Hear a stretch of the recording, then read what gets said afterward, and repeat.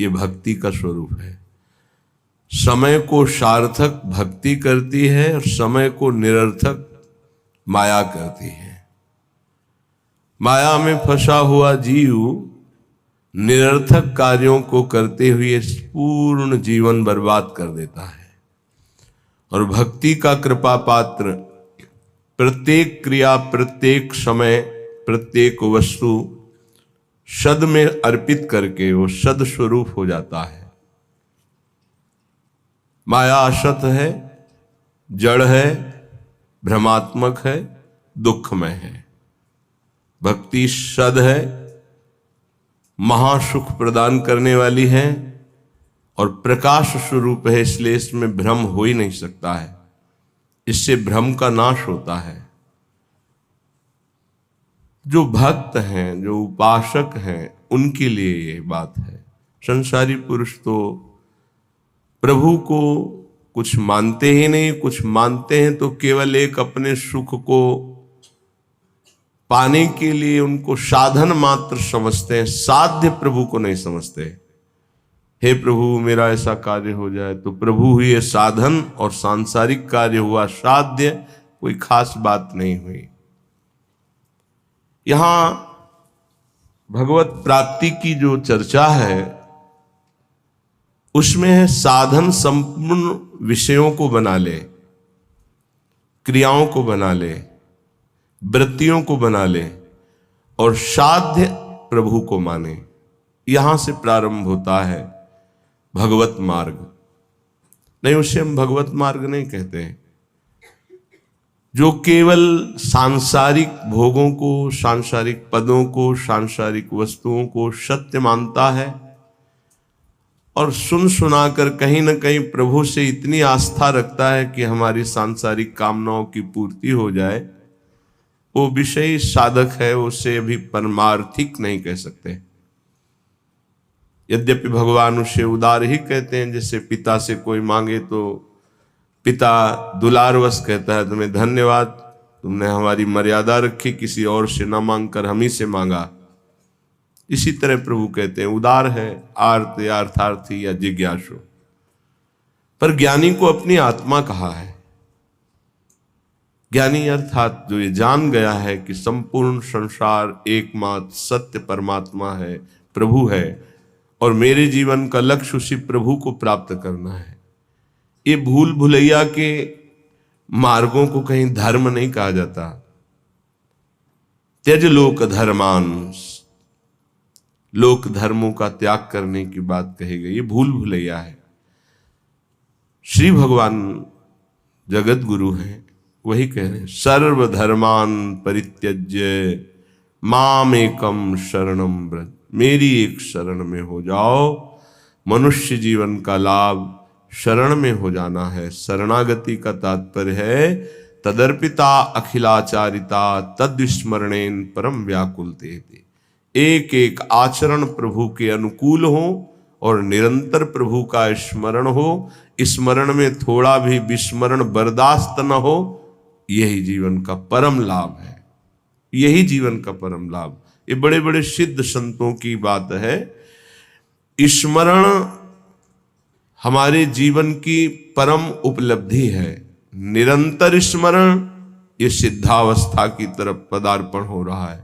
सिद्धावस्था आवागमन से मुक्त, प्रभु के नजदीक निरंतर सेवा, रूप रस, प्रेम रस, इसका रसास्वादन करते हुए अनंत काल तक महासुख में डूबना। श्रीपाद प्रबोधानंद जी महाराज कह रहे हैं, आप अपने द्वारा अपना नाश मत कीजिए। कोई किसी का नाश नहीं कर सकता, आप अपने द्वारा अपना नाश करते हैं। अगर कोई ये कहे कि किसी ने शाप दे दिया, उसका नाश हो गया, तो उस शाप में उसका कर्म ही प्रधान है, ना कि किसी का शाप। उसका कर्म प्रधान है। कहीं भी शाप दिया गया हो तो हमें ये दिखाना कि वो निर्दोष है और उसको शाप दिया गया और शाप लागू होकर उसको नाश कर दिया। कहीं भी हमें बताना खोज के इतिहास में। मुनिन कह क्रोधो मुक्ति दातार, अगर संतों ने कभी किसी को दंड दिया है, साप रूपी दंड, तो सीधे भगवत प्राप्ति हुई उसकी। जैसे नलकूबर मणिग्रीव परम पावन भागीरथी अलकनंदा में, आकाश गंगा में अपवित्र दशा में थे। परम पावन धाराजू में कभी निर्वस्त्र स्नान करने के लिए नहीं कहा गया है, निषेध है, वो निर्वस्त्र थे। दूसरी बात, देवपुत्र होकर भी मदिरा पान किए हुए थे।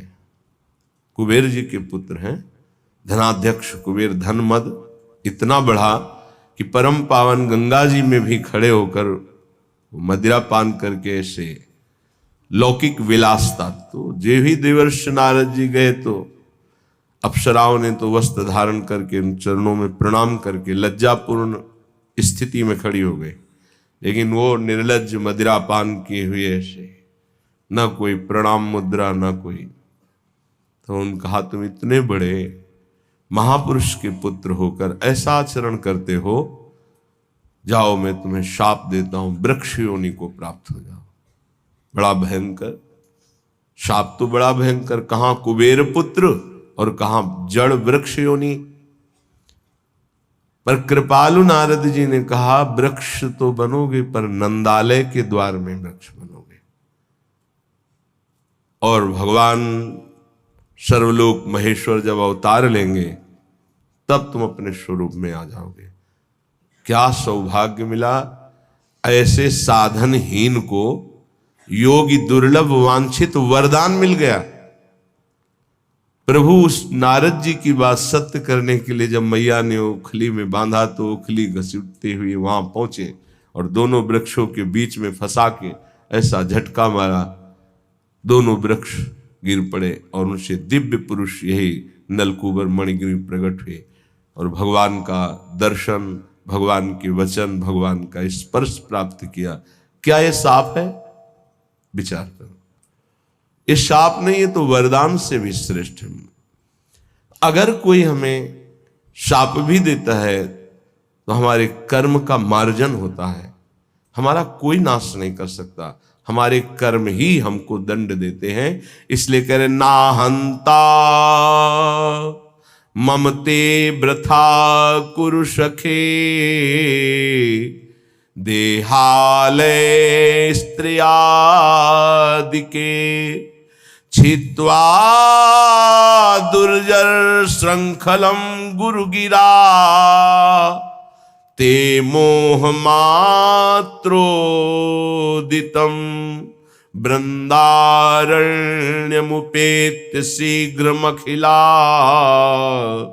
नंदैक साम्राज्य सत कंदम कंद फलादिवृत्तरनिशम, तन्नाथ लीलाम स्मर। ना हंता, हे भाई तुम्हें जो मानव देह मिली है इसका तुम नाश मत कर दो। ये नाश किया जाता है क्या? जो पराई माताओं बहनों की तरफ व्यभिचार वृत्ति, जो दूसरे की धन की तरफ अपहरण वृत्ति, भोगों को भोगने में सुख वृत्ति, देहाभिमान पुष्ट करने वाले पदों की लालसा, ये सब अपना एक तरह से पतन किया जाता है और इसे संसार में उन्नति मानी जाती है। उन्नति है इंद्रियों को शासन में रखना, मन को प्रभु में लगाना, यथालाभ संतोष स्थिति रखना, हर कर्तव्य को भगवान की सेवा समझना। हम अपने द्वारा अपना नाश ना करें, ना हंता, अपना नाश मत करो। कोई तुम्हारा बाल बांका नहीं कर सकता, तुम्हारा कर्म ही तुमको दंड देता है। किसी व्यक्ति की बुद्धि में बैठकर या कोई घटना रूप या तुम्हारे शरीर में रोग रूप या परिस्थिति रूप तुम्हारा कर्म ही तुम्हें दंड देता है। विश्वास कर लो, कोई दूसरा त्रिभुवन में नहीं है जो तुमको कष्ट दे सके। इसलिए जो तुम्हारा देह है, जो घर है, जो स्त्री पुत्र आदि हैं, वृथा में इनमें अहम और मम बुद्धि करके अपना नाश मत करो। बहुत से परिवार तुमने छोड़ दिए हैं, योग वासिष्ठ में प्रसंग आता है चूड़ाला जी का, और भी बड़े महापुरुषों का आता है। वो सरस्वती की उपासना करती थी एक रानी। जब उसके पति युद्ध में मारे गए राजा तो बहुत विकल हुई, तो अपनी प्रिय सखी सरस्वती जी का स्मरण किया, आकाश स्थित हो गई और उसने कहा मेरा सहयोग करो, मैं इस समय बहुत व्यथित हूं, मुझे ऐसा ज्ञान प्रदान करो जिससे मैं अपने पति के वियोग को सह सकूं। मुस्कुरा दिया सरस्वती जी ने और कहा तुम मुझे अपनी सखी कहती हो, फिर दुखी हो रही हो, कितने तुमने परिवार छोड़े तुम्हें पता है? बोले नहीं, मुझे तो यही लग रहा है मैं पहली बार जन्म लिया हूं, ये मेरा पति है ऐसा। आओ, तो उनका सूक्ष्म शरीर उनके साथ हो गया, स्थूल वहीं गिर गया। कितने जगह ले गई, ये देखो पूर्व जन्म के तुम्हारे अमुक अमुक नाती पुता परिवार, ये देखो यहां तुम पिता थी, यहां तुम पुत्र थे, इस घर में तुम अमुक थे, याद आ रहा है तुम्हें? तो सरस्वती जी ज्ञान देती जा, हाँ हाँ हाँ। अब इनका कोई परिचय तुमसे है? नहीं। ऐसे उस जीव का तुमसे कोई परिचय नहीं है, वो कुछ समय के लिए केवल तुम्हारा पति। बहुत बड़ी ज्ञानी सिद्ध महापुरुष हुई, योग वासिष्ठ में बड़ी विशुद्ध चर्चा ज्ञान की है।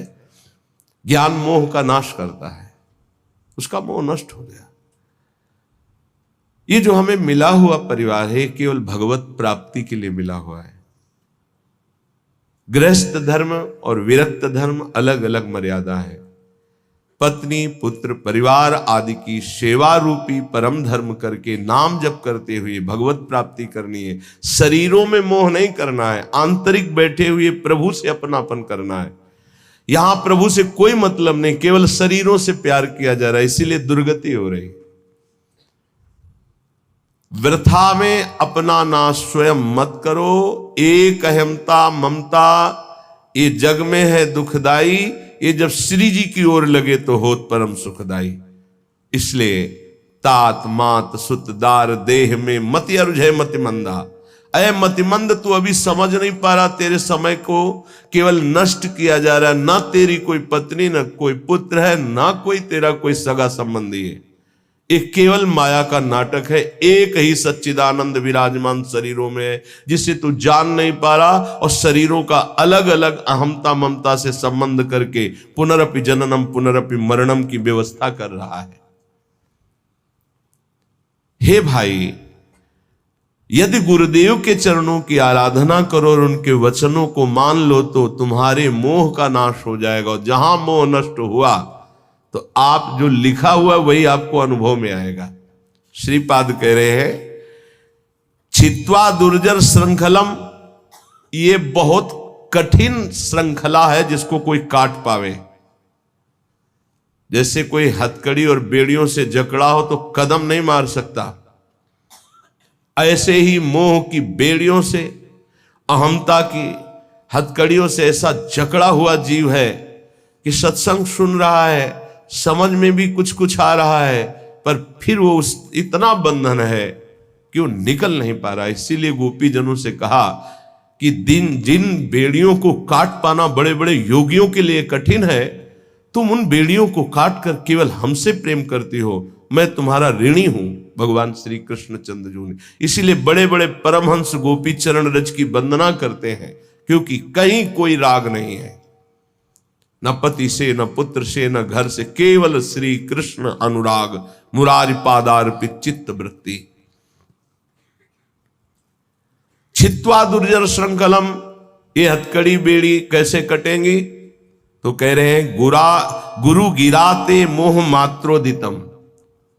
गिरा वाणी, गुरुदेव की वाणी के अनुसार चलने से ही मोह का नाश हो सकता है, और कोई उपाय नहीं। बंदो गुरुपद कंज कृपा सिंधु नर रूप हरि महामोह तम पुंज जासु वचन रवि कर निकर। महामोह रूपी अंधकार का नाश करने के लिए गुरुदेव के वचन सूर्य के समान है।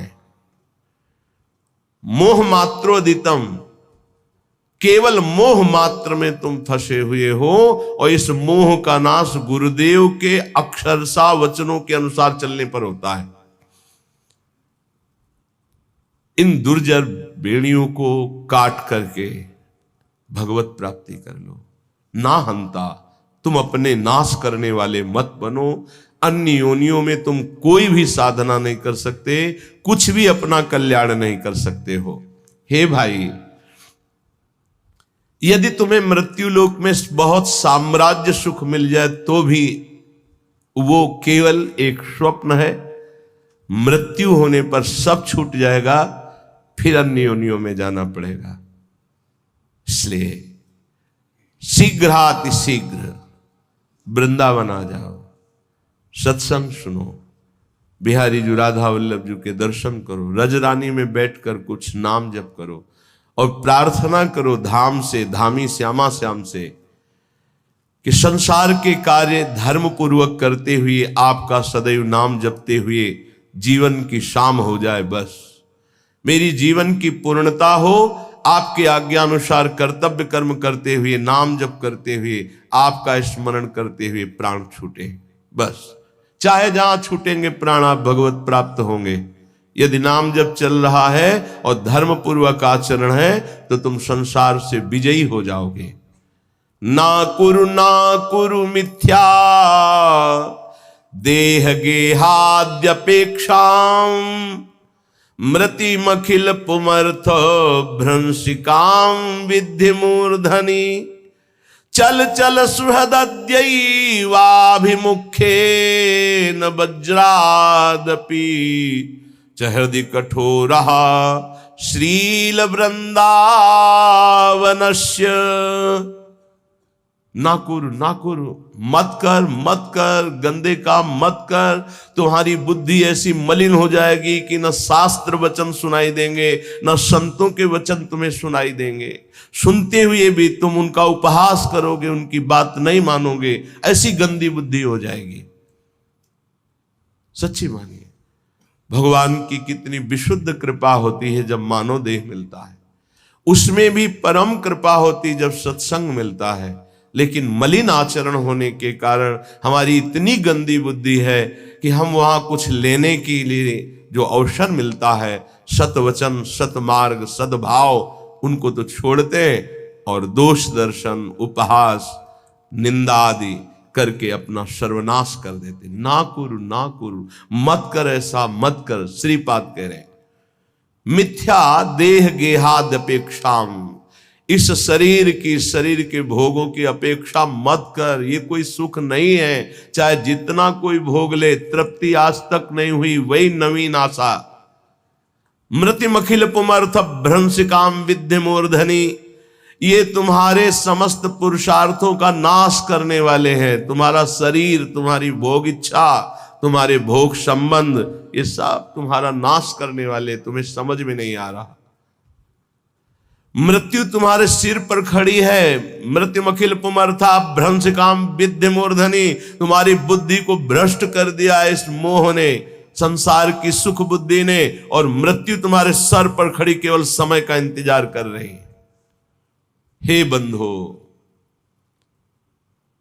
आज ही इस बात को समझ लो। देखो, इतना विचित्र माया का जाल है। एक ऋषि है, तपस्या परायण जंगल में है।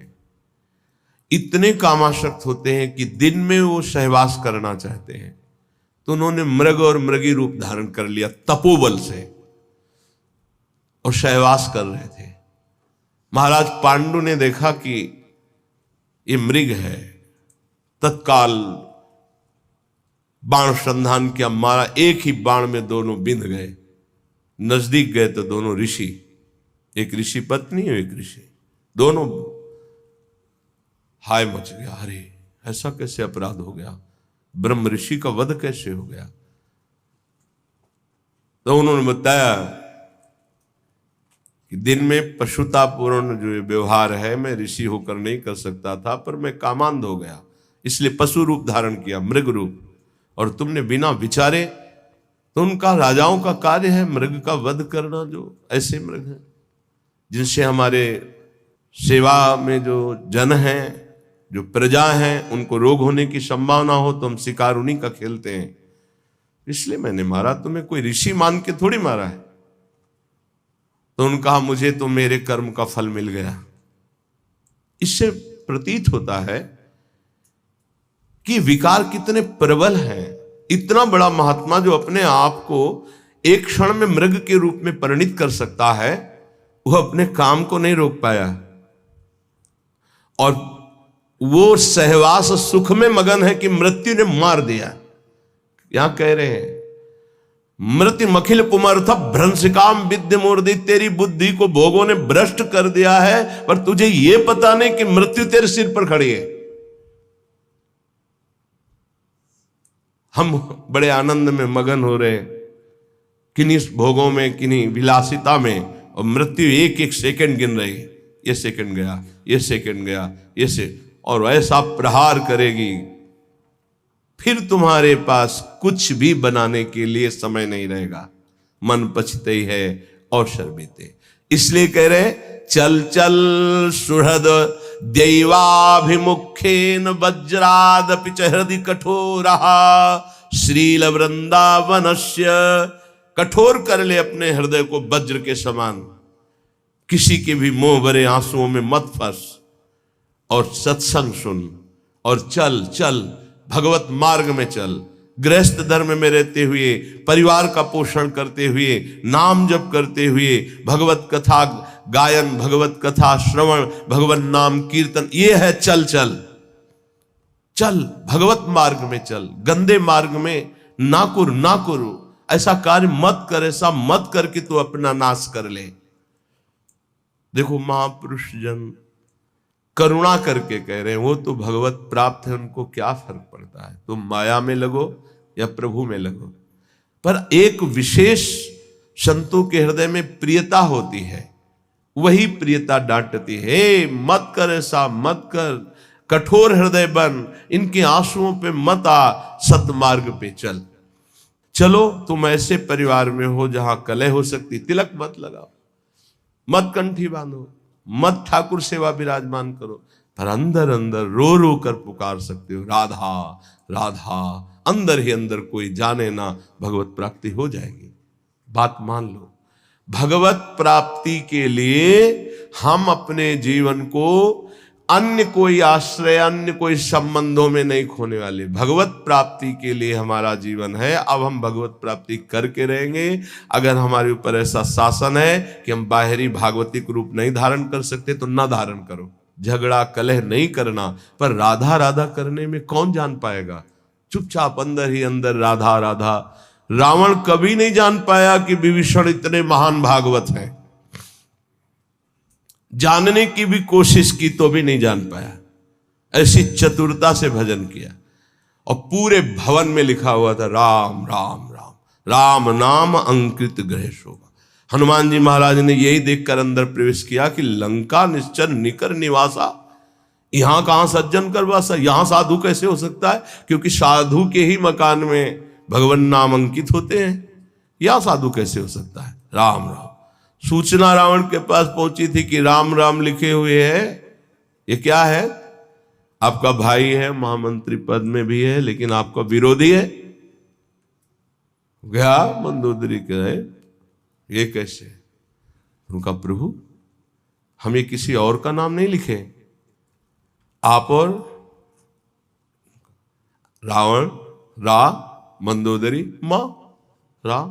बड़ा प्रसन्न हुआ, है सब गलत कहते, मेरा भ्राता मुझे बहुत प्रेम। भक्त कभी झगड़ा नहीं करता है। लात मारा तो भी झगड़ा किया क्या? तुम पितु सरिस भले ही मुहि मारा, राम भजे हित ना। अब खुल के बात होने लगी। पहले आग को बढ़ाओ, अंदर भक्ति की आग को, और जब इस कोटि की आग, फिर सब भस्म हो जाएगा, कोई तुम्हें छू नहीं सकेगा। 5 वर्ष के प्रहलाद जी का त्रिभुवनपति महाबलशाली हिरण्यकश्यप तनिक भी बाल बांका नहीं कर पाए। वही भगवान हमारे भी है। प्रहलाद जी के केवल नहीं, हमारे भी हरि है। इसलिए अपने भाव को छुपाकर पहले चिंगारी को ज्यादा प्रकाशित करोगे तो एक बूंद पानी में बुझ जाएगी, लेकिन जब ज्वाला हो जाएगी, हाँ, तो एक आग होती है जो समुद्र में भी पैदा हो जाती है, बड़वानल। आप देखो हमने देखा है कि जल से भी आग निकल रही है ऐसे, वो जैसे ज्वालामुखी ना, तो जल से भी हमने देखा कि ऐसे लाल एकदम आग की लपटें निकल रही हैं। बड़ा विचित्र भगवान का खेल। जल भी नहीं बुझा सकते, जल में ही तो बड़वानल पैदा होता है, समुद्र में ही। ऐसे ही तुम्हारे हृदय में जब भक्ति का बड़वानल आ जाएगा तो पूरा संसार खिलाफ हो जाए तो भी कुछ नहीं बिगड़ने वाला। इसलिए अपनी भक्ति को जो चिंगारी हुई है उसे छुपाओ और बढ़ने दो, उसे बढ़ने दो।